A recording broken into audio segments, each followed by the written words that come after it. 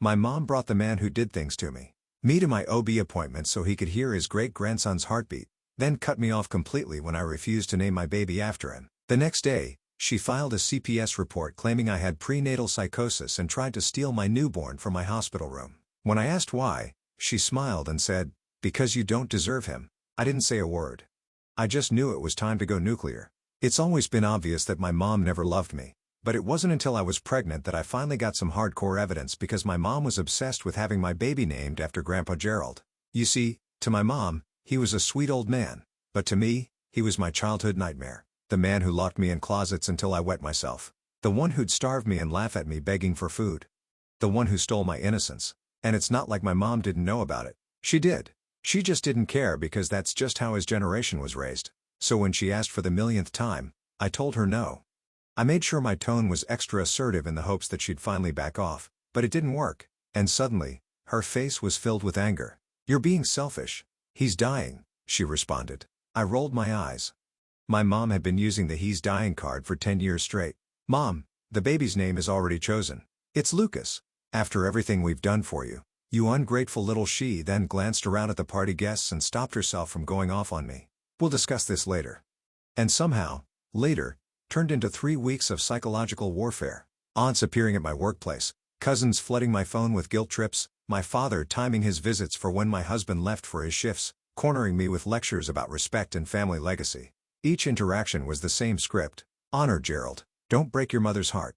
Stop being selfish. The breaking point came at my 36-week appointment because as I walked into the waiting room, it felt like someone had punched me in the gut. Sitting right there was my grandfather, Gerald, surrounded by my parents. My mother smiled sweetly. We thought Gerald should hear his great-grandchild's heartbeat.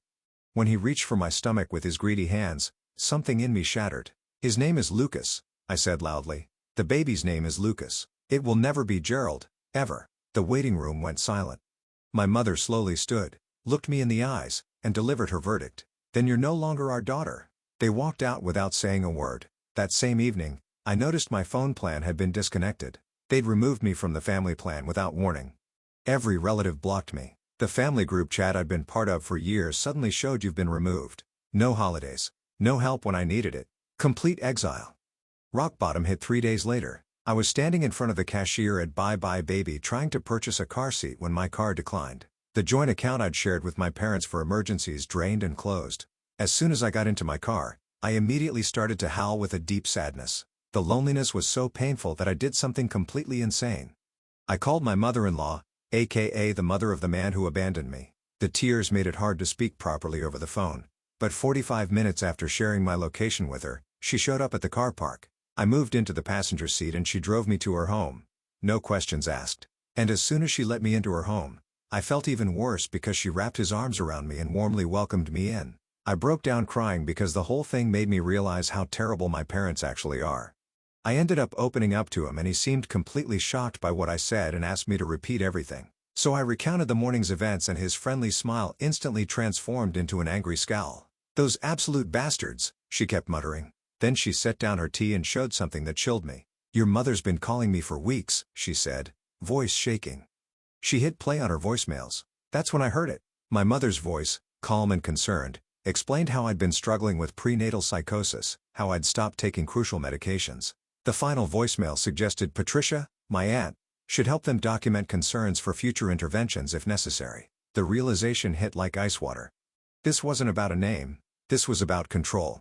And they were laying groundwork to come after my child the same way Grandpa Gerald came for me. "They're building a case," I whispered. Patricia nodded grimly. "Do you have any proof of what they've really been like?" she asked. "The thing is, I did, and soon I would make everyone regret how they treated me because a mother's love might be conditional in my family, but a mother's rage when protecting her child, that was something they'd never seen before." I spent the next 3 hours showing Patricia everything. My hands shook as I pulled up folder after folder on my phone. 3 years of recordings my therapist had suggested I keep after particularly bad gaslighting incidents, voicemails where my mom screamed at me for embarrassing her at church, texts from my dad calling me ungrateful and selfish, videos I'd secretly taken during family dinners where they'd mock me until I cried. Patricia watched everything with this look on her face that got darker and darker. She took notes in her teacher handwriting, organizing everything by date. When I showed her the recording from when I announced my pregnancy, she actually gasped. My mother's hammered voice slurred through the phone speaker. Remember what we did to cousin Rebecca when she wouldn't let Uncle Harold walk her down the aisle? Nobody talks to her anymore, or do you want to end up like Aunt Dorothy? Even her own kids pretend she doesn't exist. I'd forgotten how cold her voice sounded, how she'd said it while smiling at me across the dinner table. My dad had just nodded along. Cutting his steak like threatening family members was normal dinner conversation. Patricia helped me compile the worst examples into one file. We worked until midnight organizing everything chronologically. My back hurt from sitting so long, but I couldn't stop. Every recording I played made me angrier. How had I normalized this for so long? This one, Patricia said, pointing at a voicemail from 2 years ago. This is evidence of long-term emotional abuse. The recording was my mom telling me I was worthless because I'd missed Gerald's birthday dinner. I'd been in the hospital with food poisoning, but she didn't care. According to her, I was just being dramatic and trying to hurt Gerald's feelings. By 2 a.m., we had everything organized. 53 recordings, over 200 screenshots, years of abuse documented and filed. Patricia made backup copies on 3 different USB drives. What are you going to do with it? She asked. I thought about all the family members who'd lectured me. All the cousins who'd called me selfish. All the aunts who'd ambushed me at work. They all thought they knew the truth. They all believed my parents' version of events. I'm going to show everyone exactly who my parents really are, I said. Patricia nodded slowly. Good. But be smart about it. They're already trying to build a case against you. I knew she was right, but I was too angry to be strategic. I spent the next hour creating a video compilation of the worst recordings, added subtitles so nothing could be misunderstood. By the time I finished, the sun was coming up and the video was 52 minutes long. I posted it on Facebook at 6 a.m., tagged every family member I could think of, every church friend who'd ever told me to honor my parents, every neighbor who thought my mom was such a sweet woman. Then I turned off my phone and tried to sleep. The first contraction hit at 5 a.m. the next morning. It felt like someone was squeezing my entire midsection with a vice. I'd been sleeping on Patricia's guest bed and the pain woke me instantly. It's probably just Braxton Hicks, I told myself, but then another one hit 10 minutes later, then 8 minutes, then 6. I knocked on Patricia's door and she took one look at me and started grabbing her keys. Hospital. Now. The ride was a blur of contractions and Patricia running red lights. She kept talking to keep me calm, but I couldn't focus on the words. All I could think about was that I was about to meet my son. Lucas was coming. They admitted me immediately. The contractions were 3 minutes apart and getting stronger. Patricia stayed with me, holding my hand when my husband couldn't be there because he was stuck at work. She fed me ice chips and reminded me to breathe. 14 hours. That's how long it took. 14 hours of pain that made me understand why they call it labor. But then suddenly, there he was, Lucas. Perfect and screaming and mine. The nurse placed him on my chest and everything else disappeared. His tiny fingers wrapped around mine and I forgot about my parents, forgot about the video, forgot about everything except this perfect little person I'd created. He's beautiful, Patricia whispered, tears streaming down her face. I was exhausted but I couldn't stop staring at him. He had my nose and his father's chin. When he opened his eyes, they were the same dark brown as mine. Nothing like Gerald's cold blue ones. The peace lasted exactly 1 day. I was still recovering, trying to figure out breastfeeding when my nurse Sarah came in looking uncomfortable. There's been some people calling, she said carefully, claiming to be emergency contacts, but they're not listed on your forms. My stomach dropped.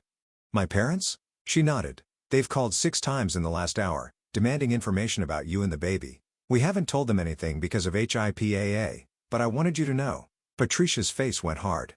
They're escalating. I was about to respond when someone knocked on the door. A woman in a suit walked in carrying a clipboard. Everything about her screamed government worker. I'm Janet from Child Protective Services, she said.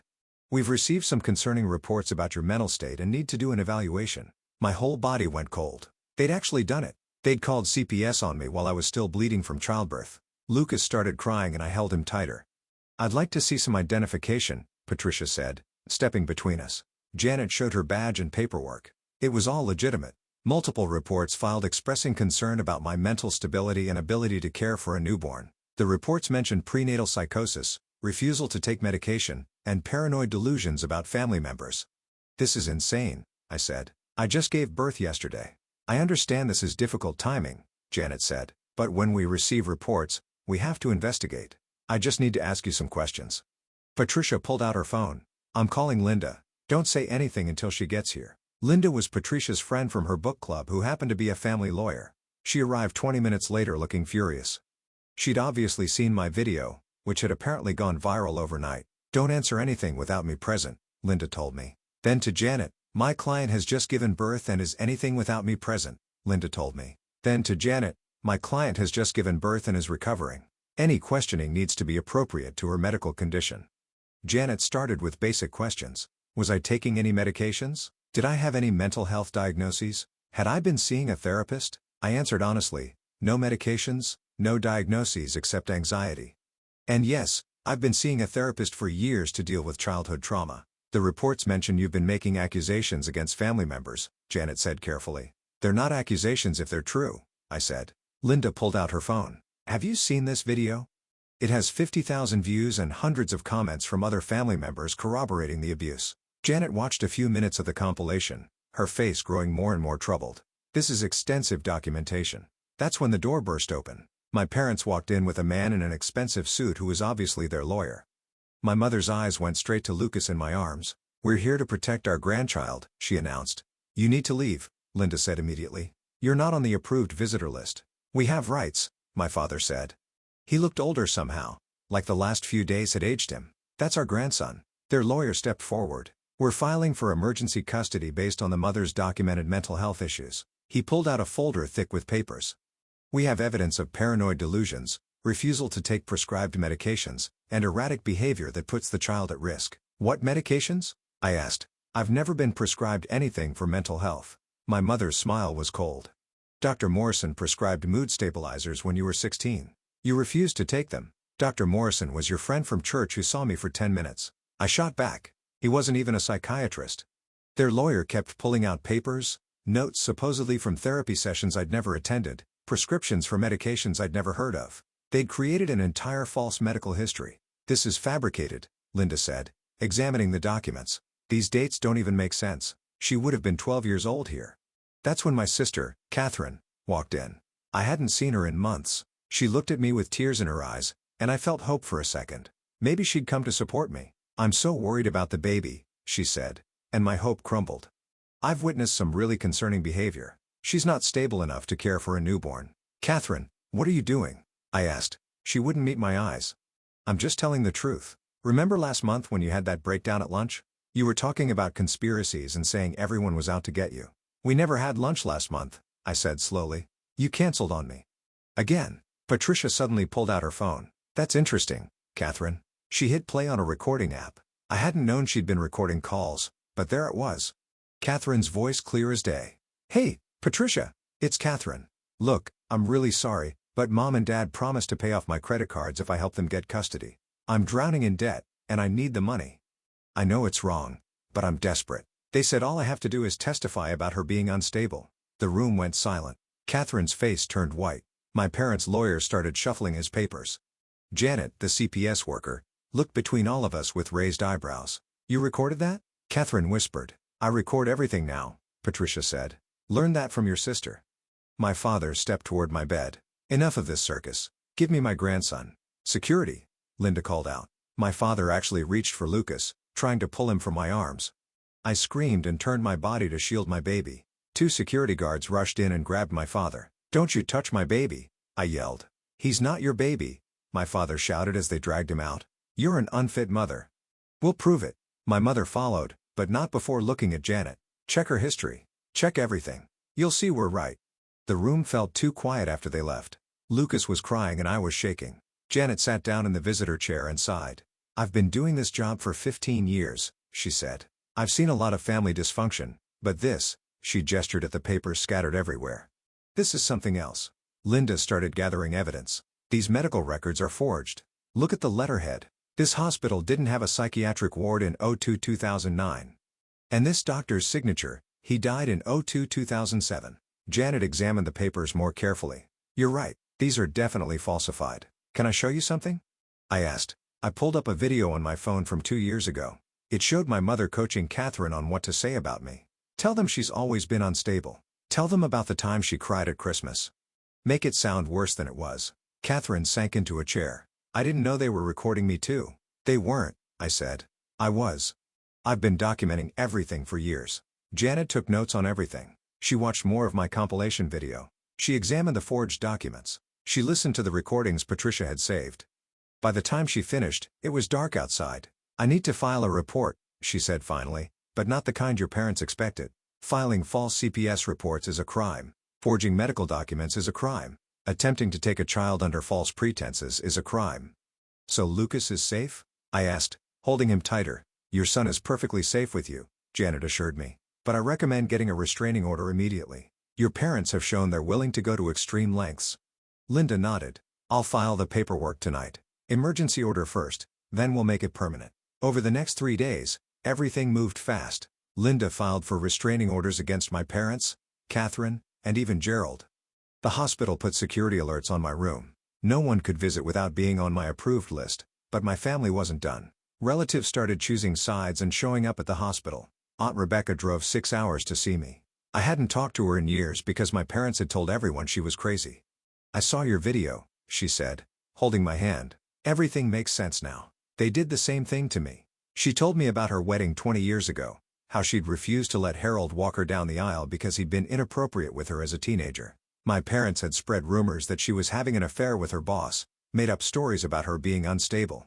She lost her job and most of the family cut her off. I have recordings too, she said. I started keeping them after I lost my job. Your mom admitting she made up the affair, your dad laughing about how they taught me a lesson. Uncle Harold showed up the next day claiming I'd always been dramatic, but when Linda questioned him about specific incidents, he fumbled. Well, I never actually saw her do anything, he admitted, but her parents told me she was troubled. So you're repeating hearsay? Linda asked. It's not hearsay if it's family, he said, but even he looked unsure. More relatives came forward. Cousin Jennifer admitted my parents had threatened to cut her off if she didn't harass me about the name. Aunt Carol revealed they'd been planning this for months ever since they found out I was pregnant. They had meetings, Carol said. Actual planning meetings about how to get custody. They assigned us all roles. I'm so sorry I participated. The real blow came when my parents made their biggest mistake. They submitted falsified medical records to the court as part of their emergency custody petition. The records claimed I'd been diagnosed with bipolar disorder when I was 12 and had been refusing treatment ever since. Linda caught the error immediately. This is impossible. The hospital name didn't have a psychiatric ward for children. And these dates, she would have been at summer camp according to her school records. The DA's office got involved after that. Forging medical records was serious. Using them in a custody case made it worse. My parents had crossed from family drama into actual criminal behavior. Their lawyer dropped them when he realized they'd lied to him about the documents. He filed a motion to withdraw from the case citing ethical violations. No other lawyer in town would take them after word spread about the forgeries. During the emergency hearing for the restraining orders, the judge reviewed everything. The video compilation, the forged documents, testimony from Patricia, Rebecca, and 3 other family members who'd come forward. Janet's report stating the CPS claims were fraudulent. My parents represented themselves, which went about as well as you'd expect. My mother cried about how she just wanted to protect her grandchild.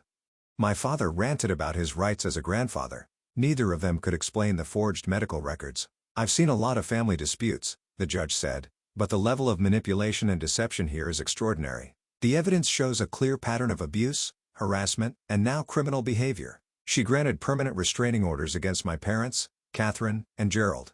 They couldn't come within 500 feet of me or Lucas. Any contact would result in immediate arrest. She also ordered them to pay all my legal fees and referred the case for criminal prosecution. You have systematically harassed your daughter, attempted to steal her child, and committed fraud in the process, the judge told my parents. This court will not tolerate such behavior. 6 months later, they stood trial for harassment and filing false reports. I had to testify, which was harder than I expected. Sitting in that courtroom, looking at the people who were supposed to love me unconditionally, I felt mostly sad. They were found guilty on all counts. The judge sentenced them to 2 years probation and mandatory counseling. They also had to pay fines and were banned from filing any reports about me with any agency.